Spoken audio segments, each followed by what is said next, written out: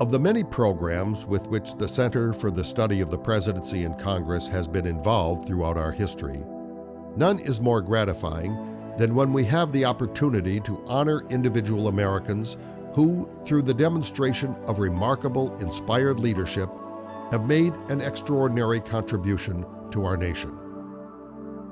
At no time in our history has the need for strong, character-based leadership been more critical.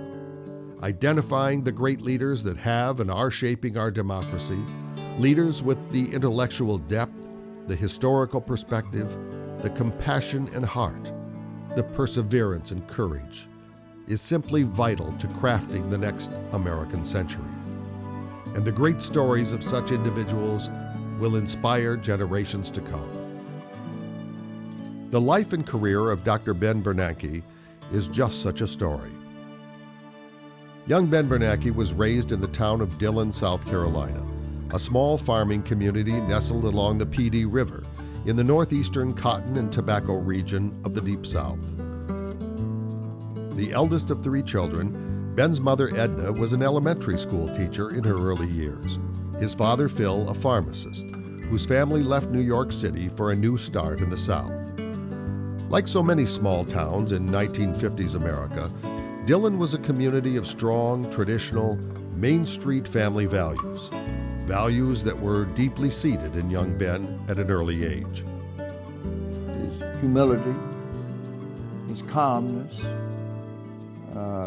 the fact that he came from Main Street, not Wall Street, dealing with Wall Street, therefore he had extra credibility. It's sort of like Alexander Hamilton, came from the Caribbean and came and basically saved our nation when we started our fiscal house, and it is Mr. Bernanke who saved our fiscal house today. His dad and uncle ran a pharmacy. He had worked at that south of the border rest stop as a waiter. He was very smart, the kind of guy who was so smart as a kid that everybody in town knew his SAT scores. Ben was the consummate student from the very beginning. He had an intellectual curiosity and insatiable lust for learning, which would ultimately call him into a universe far beyond the boundaries of provincial Dillon. And indeed, in 1972, that first step, from one universe to the next, was vast. From Dillon High School to Harvard College, where after dismissing 3 different majors and settling on economics, Bernanke's academic prowess fast became a force to be reckoned with.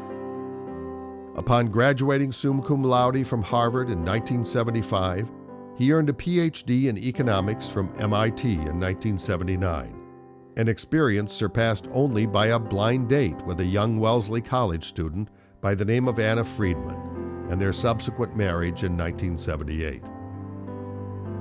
After beginning his distinguished academic career teaching at the Stanford Graduate School of Business, Dr. Bernanke became a tenured professor in economics at Princeton, where he became the nation's leading authority on the Great Depression, an interest sparked early on by listening to those stories of his grandparents.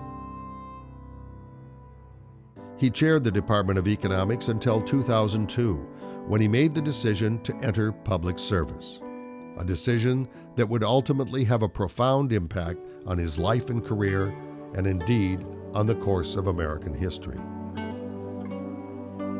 He goes and does this work, expands on the work by the great economists Milton Friedman and Anna Schwartz about why we had a Great Depression and how poorly the Federal Reserve has handled the situation. And that brings him some academic renown, but it hardly qualifies you to be chairman of the Federal Reserve, unless you happen to be sitting in that chair when we have another brush with the Great Depression. And it's sort of remarkable, just these things don't happen usually, that the guy gets a job for which he spent his life preparing. When Ben Bernanke first took over the helm of the Federal Reserve on February 1st, 2006, the American economy was still clipping along.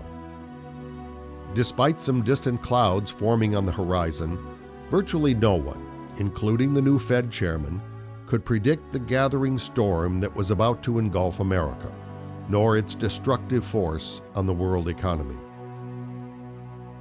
We were the edge of catastrophic failure in the financial system. You know, borrowing a phrase used by a friend of mine, the rivets were coming off the submarine. And we were quite concerned and trying to analyze the effects of the subprime problems and what they would have on banks, etc. But it wasn't until August of 2007 that we realized that the system itself was going to be under tremendous stress in a very wide-ranging way. And that, of course, Lehman, AIG, WAMU, and just the tsunami hit us in September of 2008. It was an unprecedented structural crisis, beyond even the Great Depression, and one that demanded drastic and immediate action. And Ben Bernanke was the man to do just that. He was the perfect combination of professorial calm, intellectual prowess, and methodical analytical skills. He possessed a rare depth of institutional knowledge. He was a man who truly understood the lessons of history. And just as importantly, Ben Bernanke had the imagination, creativity, and personal courage to think and act unconventionally. Fueling Bernanke was his encyclopedic knowledge and understanding of the Great Depression, what the federal government did to respond, and more importantly, what it did not do. He understood how the Hoover Administration, with their myopic focus on balancing budgets and belt-tightening in the face of the crisis, did nothing but exacerbate the problem and accelerate the downward economic spiral. He saw the impact that monetary policy could make in the face of a broad economic collapse. As noted in Time magazine, instead of lending freely, they let 1/3 of the banks fail.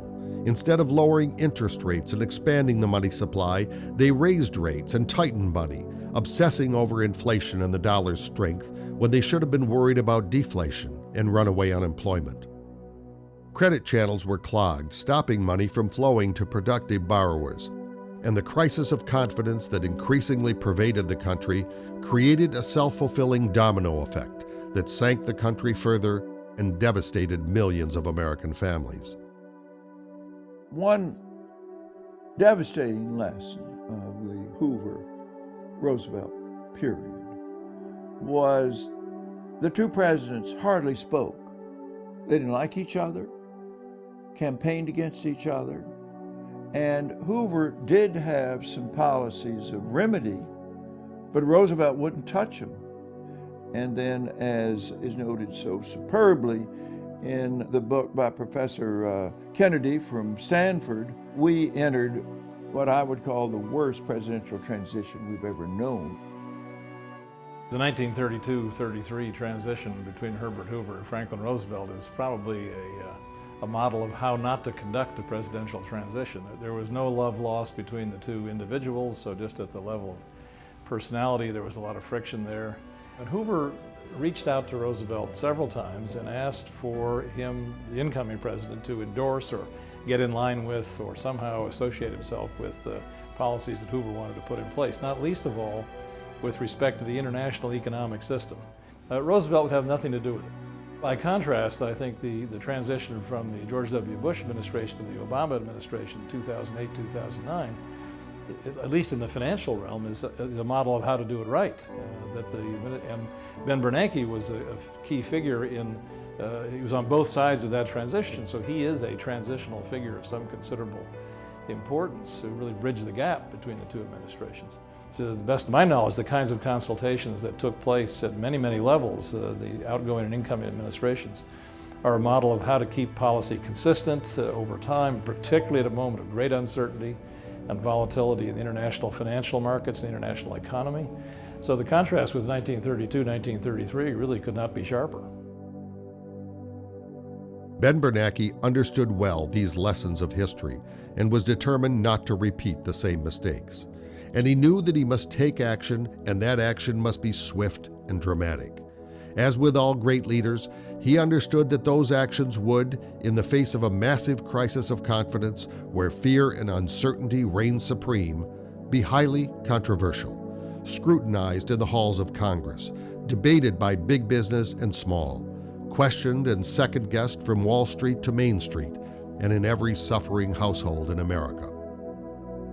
He famously sent emails out called Blue Skies, in which he would suggest some things and ask for responses of more new things. If something didn't work, you could try something else. So you couldn't let the economy go because you were tied to a particular approach to things.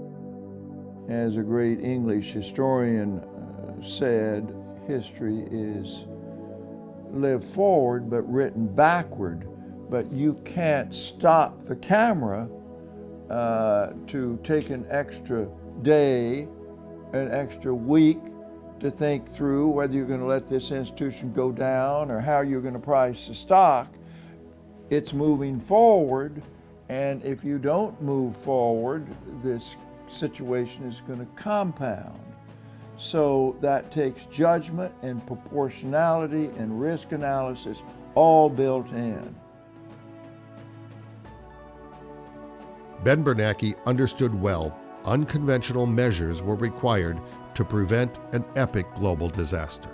So he wielded the immense power of the Fed to drop interest rates as low as they could go, injecting more liquidity into the economy, opening new credit channels, buying corporate bonds, and keeping alive financing from everything from car loans to mortgages and credit cards. While directing massive funds to assist the big Wall Street banks and brokerage houses created a political firestorm and was wildly unpopular, Bernanke knew that despite their public image, the only way to truly protect Main Street America from complete collapse was to assure the stability and viability of the very financial structure on which our economy was based. You know, at one point, Ben Bernanke went on 60 Minutes, which was an unusual thing for the Fed chairman to do, and he sat on a bench in Dillon, South Carolina, outside the storefront that had once been his dad's pharmacy, and he said something that goes like this, not these words, but this point: I didn't set out to save Wall Street, I set out to save Main Street. In order to save Main Street, I had to save Wall Street. And the moral choice governments face is the opposite of what seems politically acceptable in the crisis. The moral choice is to act quickly with force to put out the financial fire, not because fundamentally we care about saving institutions or individuals that made terrible financial mistakes, but we need to protect the innocent, protect the economy, protect businesses and families from the collateral damage that are caused by that excess. Despite the public outcry and all the political fallout, the emergency program is working, with more than 80% of the loans already repaid, returning billions in profits to taxpayers. Just as importantly, Bernanke gained great respect throughout the world financial community, and his dynamic and creative leadership is forging a new, coordinated global approach to managing the crisis and the financial markets of the future. Ben Bernanke, one of his genius notes that at the Federal Reserve, he's constantly in touch with these central bankers around the world, because we can't do what Roosevelt did, move into economic isolationism, because the world economy is so interconnected that he had to constantly reach out across the globe and deal with all these considerations while he's dealing with the domestic. Former Secretary of the Treasury Henry Paulson stated simply, "I shudder to think of what the world would be like if Ben hadn't been running the Fed." There's a lot more to go. We're not out of the woods by any matter of means. The unemployment rate's still 9.7%. Banks still facing great challenges, need to raise more capital and all that sort of thing. But I think we've certainly turned a corner. The economy's expanding. I hope and expect that expansion in the economy will feed through the labor market and jobs over time. So I think our actions have been successful, and people are gradually recognizing that and giving the Federal Reserve and our leader, Ben Bernanke, credit for what he did.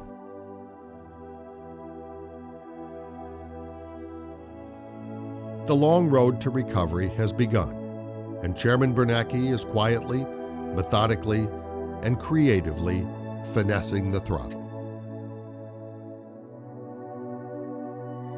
No one said it better than Time magazine in stating the reason for selecting Ben Bernanke their 2009 Person of the Year. They stated that he was, in fact, the most important player guiding the world's most important economy. His creative leadership helped ensure that 2009 was a period of weak recovery rather than catastrophic depression. The decisions he made, and those he has yet to make, they said, will shape the path of our prosperity, the direction of our politics, and our relationship to the world. He didn't just reshape U.S. monetary policy. He led the effort to save the world economy. On behalf of a grateful nation, the Center for the Study of the Presidency and Congress is proud to present the 2010 Alexander Hamilton Award to the 14th Chairman of the Federal Reserve, Dr. Ben S. Bernanke.